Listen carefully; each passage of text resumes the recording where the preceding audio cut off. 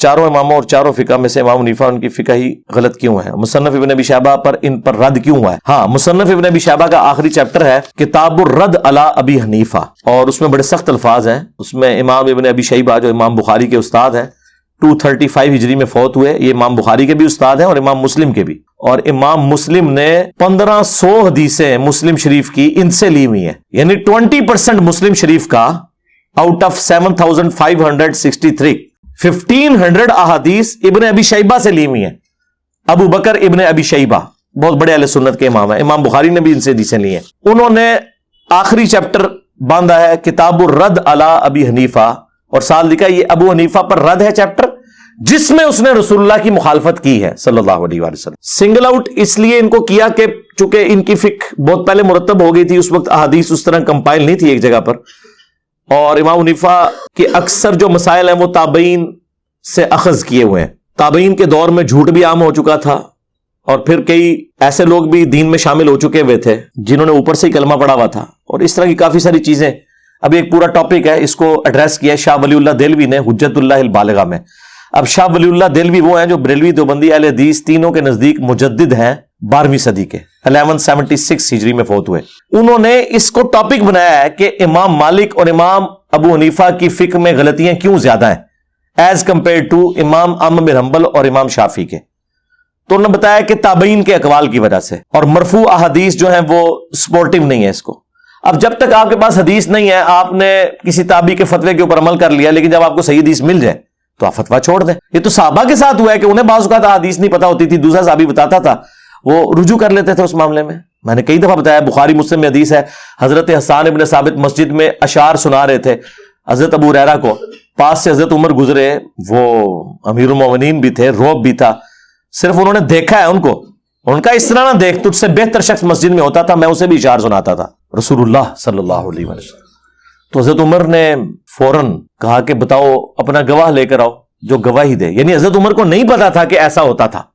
ہو سکتا ہے اس دن جو محفل نعت ہوئی حضرت عمر نہ بیٹھے ہوئے ہو، یہ تو آپ کہتے ہیں ہمارے امام سے کون سی حدیث چھپ گئی ہوگی جو انجینئر صاحب کو پتہ چل گئی ہے۔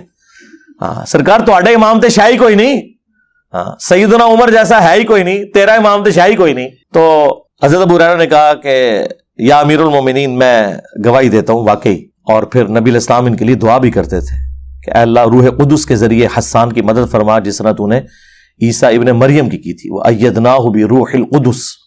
تو حضرت عمر وہاں سے چلے گئے۔ سیدنا عمر کو یہ مسئلہ نہیں پتا تھا اور کوئی عیب نہیں تھا۔ بخاری مسلم دونوں میں آتا ہے حضرت ابو ہریرہ نبی علیہ السلام کی وفات کے بعد آلموسٹ 30 سال تک یہ فتویٰ دیتے تھے۔ یہ 30 سال میں نے اس لیے نکالے کہ اس وقت گورنر مدینے کا مروان تھا، اور مروان مدینے کا گورنر حضرت معاویہ کے دور میں بنا ہے، تو مطلب یہ کہ خلافت راشدہ کے دور کے بعد کی بات ہے۔ یہ اس شخص کے بارے میں جو سب سے زیادہ حدیثیں روایت کر رہا ہے سیدنا ابو ہریرہ، وہ یہ فتویٰ دیتے تھے کہ جس کے اوپر غسل فرض ہونا جب تک غسل نہ اتار لے وہ روزہ نہیں رکھ سکتا۔ اب یہ بات جب سیدہ عائشہ تک پہنچی تو انہوں نے کہا حضرت ابو ہریرہ کو ان کے بارے میں اللہ تعالیٰ اس پہ رحم فرمائے، اللہ کے نبی علیہ السلام جنوبی ہوتے تھے اپنی بیویوں سے صحبت کرنے کی وجہ سے، اور بغیر غسل اتارے ہی روزہ رکھ لیتے تھے، اور طلوع فجر کے بعد غسل اتارتے تھے، یعنی ختم سحری کے بعد۔ طلوع فجر کہہ رہا ہوں، طلوع آفتاب نہیں، طلوع فجر یعنی ختم سحری۔ اب اما عائشہ جب یہ گواہی دے دیں تو حضرت ابو ہریرہ تو پھر ان کا فتویٰ تو شاہی کوئی نہیں رہتا۔ اب ان تک جب بات پہنچی تو انہوں نے خاموشی اختیار کی، اور انہوں نے کہا کہ یہ میں اپنی رائے سے کہتا تھا لیکن مجھے نہیں پتا تھا اس بات کا۔ 30 سال تک تو غلط مسئلہ وہ بتاتے رہے نا یار، اگر حضرت ابو ہریرہ کا اسٹیٹس ہے تو تیرے امام تے شاہی کوئی نہیں۔ تو اس طرح کے معاملات ہوتے تھے، لیکن وقت کے ساتھ ساتھ یہ چیزیں ایوالو ہوئی ہیں، اور میں سمجھتا ہوں اس کی ایپیکس جو ہے وہ اس دور میں ہوئی ہے جب بخاری اور مسلم لکھی گئی ہیں، کہ آلموسٹ ان کتابوں کے پہنچتے پہنچتے وہ ساری چیزیں ایک جگہ جمع ہوئی۔ خود شاہ ولی اللہ نے بھی لکھا ہے کہ اب جب کہ یہ ہمارے پاس حدیث کی کتابیں آ چکی، چاروں فقہ بڑی مرتب ہو چکی ہیں اہل سنت کے ہاں، اب ہمیں چاہیے کہ مل جل کے کوئی ایک ایسی فقہ مرتب کریں جو قرآن و سنت کے قریب ہو، جو مسئلہ امام حنیفہ کا ٹھیک ہے وہ ان کا لے لیا جائے، جو امام شافعی کا ٹھیک ہے، جو یہ شاہ ولی اللہ لکھ رہے ہیں اور وہ مجدد ہیں۔ یہی بات انجینئر صاحب کریں تو کہتے ہیں یہ درار ڈال رہے ہیں امت میں۔ شاہ ولی اللہ نے حجت اللہ البالغہ میں لکھا ہے کہ اس امت کی تباہی کی جو بڑی وجہ ہے نا، اس میں سے ایک تقلید بھی ہے۔ انہوں نے لکھا ہے کہ پہلے 300 سال تک کوئی یہ کام نہیں کرتا تھا، یہ بعد میں شروع ہے۔ میں نے اس کے اوپر ایک تفصیلی لیکچر ریکارڈ کروا دیا، مسئلہ 197 اماموں کی گستاخی کا الزام، اس میں میں نے کئی اور مثالیں بھی پیش کی ہیں۔ لہٰذا یہ مسئلہ اس طریقے سے نہیں ہے جس طرح آپ لوگ سمجھتے ہیں، کہ ہم نے اسٹرکٹلی کسی ایک کو فالو کرنا ہے. کہتے ہیں جی دیکھیں جی یہ اکثر آپ نے سنا ہوگا, یہ حنفیوں نے نا چند ایک جو چیزیں رٹی ہوئی ہیں ان میں سے ایک ہے جی, ایک بندہ ہے اس نے اپنی بیوی کو ہاتھ لگایا اور اسی وضو سے نماز پڑھ لی, یہ کہہ کے کہ میں حنفی ہوں, اور حنفیوں کے نزدیک بیوی کو ہاتھ لگانے سے وضو نہیں ٹوٹتا. لیکن تھوڑی دیر بعد اس کا خون نکل آیا تو حنفیوں کے نزدیک تو خون نکلنے سے وضو ٹوٹ جاتا ہے. تو اس نے کہا نہیں میں شافعی ہوں, اور اس نے نماز پڑھ لی. اور اس کے بعد وہ بولتے ہیں کہ یہ لوگ اپنے نفس کی پیروی کرتے ہیں. نہ سرکار نہ, تھوڑے ایجوکیٹ ہو جاؤ, اپنے مدرسوں سے اپنے دڑبوں سے باہر نکلو, دنیا چینج ہو چکی ہے.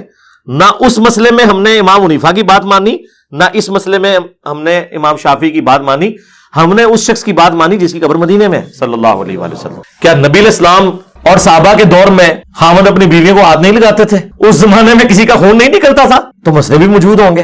تو بخاری مسلم دونوں میں حدیث موجود ہے, اور امام بخاری نے, دیکھیں لوگ کہتے ہیں شافعی ہیں, امام بخاری نے تو امام شافعی کا رد کر دیا صحیح بخاری میں, کہ عائشہ کہتی ہیں ان دنوں ہمارے گھروں میں چراغ نہیں ہوا کرتے تھے, اور رات کے وقت نبی علیہ السلام جب نماز پڑھتے تھے گپ اندھیرے میں, ہمارا اجڑا بھی تنگ تھا, نبی علیہ السلام جب سجدے میں جانے لگتے میں آپ کے سامنے لیٹی ہوئی ہوتی تھی تو آپ میرے پاؤں ٹو دیتے تھے, میں پاؤں سمیٹ لیتی تھی, نبی علیہ السلام سجدہ کرتے تھے, اور جب دوبارہ قیام میں جاتے تو میں پاؤں سیدھے کر لیتی تھی. اس حدیث سے امام بخاری نے امت تک یہ میسج دے دیا کہ بیوی کو نماز کی حالت میں بھی کوئی ٹو لے, ہاتھ لگا لے تو اس کا وضو نہیں ٹوٹتا.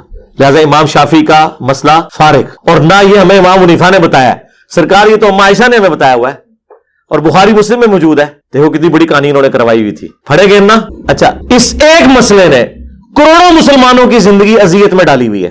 انڈونیشیا اور ملیشیا میں سارے شافعی ہیں, وہ بیچارے حج عمرے کے لیے آتے ہیں, اور وہ آتے کثرت کے ساتھ ہیں. وہاں تو ہر بندے نے حج کرنا ہوتا ہے. واقعی وہاں اسلام کے 5 فرض ہیں. پاکستان میں تو 5 فرض نہیں ہے, وہاں 5 فرض ہیں. وہ حج کو فرض مانتے ہیں, یہاں تو صرف زبانی کلامی مانتے ہیں, اور باقاعدہ ٹریننگ کر کے وہاں لوگ حج پہ آتے ہیں قرآن اندازی کے ذریعے.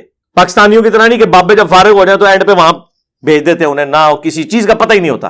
تو وہاں آپ دیکھیں گے کہ ان کی عورتوں نے دستانے پہنے ہوئے ہوتے ہیں وائٹ کلر کے, اور میاں بیوی اکٹھے طواف کر رہے ہوں گے, گرمیوں میں بھی دستانے پہنے ہوئے ہوں گے. تو عام بندے کو سمجھ نہیں آتی کہ مسئلہ کیا ہے. مسئلہ یہ ہے کہ وہ ہے سارے شافعی, ان کے نزدیک اگر کوئی خاوند بیوی کو ہاتھ لگا لے تو وضو ٹوٹ جائے گا. جب وضو ٹوٹ جائے گا طواف کہاں سے کرے گا؟ تو وہ انہوں نے اپنی بیویوں کو دستانے بنوائے ہوتے ہیں تاکہ ٹچ کرنے سے, یعنی باہر سے ٹچ ہوگا, ڈائریکٹ نہیں, نیکڈ ٹچ ہوگا. تو ایک مسئلے جو غلط گھڑا گیا اس کی تکلیف کتنی امت کو کاٹنی پڑ رہی ہے. اور ادھر حنفیوں نے جو یہ غلط مسئلہ گھڑا خون نکلنے والا, یہ کس حدیث کے اندر, کس آیت کے اندر آیا ہے کہ خون نکلنے سے وضو ٹوٹ جاتا ہے؟ یہ صرف انہوں نے قیاس کیا ہے, اور وہ بھی غلط قیاس. یہ انہوں نے کیا ہے کہ جتنی چیزیں ناپاک ہیں جب وہ جسم سے نکلیں گی تو وضو توڑ دیں گی. پیشاب ناپاک ہے وضو توڑ دے گا, مزی ناپاک ہے وضو توڑ دے گی, تھوک پاک ہے, بلغم پاک ہے, پسینہ پاک ہے, وضو نہیں توڑے گا. خون ناپاک ہے تو کہتے ہیں جب ناپاک ہے تو وضو توڑ دے گا. ایک کونوں گھر بنا لی, یہ مسئلہ ہی غلط ہے کہ خون ناپاک ہے. یار صحابہ کی زندگی تو جنگوں سے عبارت تھی, وہ یہ رسک لے سکتے تھے. میرے بھائی آج نہیں زخم ٹھیک ہوتا, جن کو ہر جنگ میں اتنے زخم لگتے تھے, جسم کے 1-1 انچ کے اوپر برچھی یا تلوار یا نیزے کا نشان ہوتا تھا, نہ اس وقت اتنی ادویات تھیں کہ زخم اتنی جلدی ہیل ہو, وہ یہ رسک لے سکتے تھے کہ خون نکلنے سے وضو ٹوٹ جاتا ہے. یہ قرآن میں آیا جی خون, سرکار قرآن میں کہاں لکھا ہوا ہے؟ قرآن میں لکھا ہوا ہے کہ بہتا ہوا لہو پینا حرام ہے, ناپاک تو نہیں لکھا ہوا, اور پینا بھی صرف بہتا ہوا لہو ہے جی, جو ہڈیوں کے گودے میں ہے, جو گوشت کے ریشوں کے اندر ہے. جو کبھی آپ باربیکیو لے کے آتے ہیں اور آپ وہ جب چکن پیس اکھاڑتے ہیں نیچے سے ہلکا سا ریڈ کلر کا نکلتا ہے, وہ خون پاک, کھانا بھی حرام نہیں ہے اس کا, وہ حلال خون ہے. اور جو بہتا ہوا لہو ہے وہ پینا حرام ہے, ویسے خون پاک ہے, چاہے جانور کا ہو چاہے انسان کا ہو, جو حلال جانور ہے. اب مسئلہ انہوں نے نکال لیا. کاش انہوں نے حدیث پڑھی ہوتی. ابو داؤد کے اندر حدیث ہے, ایک صحابی کو نبی علیہ السلام نے پہرے پہ لگایا, رات کے وقت کافروں نے حملہ کر دیا, انہیں تیر لگے, ان کا خون بہتا رہا, اور وہ اسی حالت میں نماز مکمل کرتے رہے. سلام پھیرنے کے بعد انہوں نے باقیوں کو اٹھایا تو انہوں نے کہا اتنی اپنی تم نے حالت کر لی ہے کہ پورا جسم لہو لہان ہے, تم نماز توڑ دیتے. ظاہر نماز توڑی جا سکتی تھی. تو انہوں نے کہا نہیں, میری غیرت نے گوارا نہیں کیا کہ میں نے ایک سورت شروع کی ہوئی تھی کہ اسے مکمل کیے بغیر میں نماز یوں اس طریقے سے مختصر کرتا ہوں. شوق نماز کا. اور فضائل اعمال میں شیخ زکریا کاندلوی نے صحابہ کرام کے جو واقعات نقل کیے ہیں نا نماز میں دل لگنے کے, اس میں یہ واقعہ کوٹ کیا ہے. اب واقعہ تو کوٹ کر بیٹھے, ان کو بعد میں احساس ہوا کہ یار یہ تو ہمارے پاپا جی بیچ میں آ جائیں گے, تو انہوں نے نا نیچے لکھی فساد, ویسے وہ لکھتے ہیں فائدے کے لیے. یعنی اس واقعے سے ہمیں مورل لیسن کیا ملا؟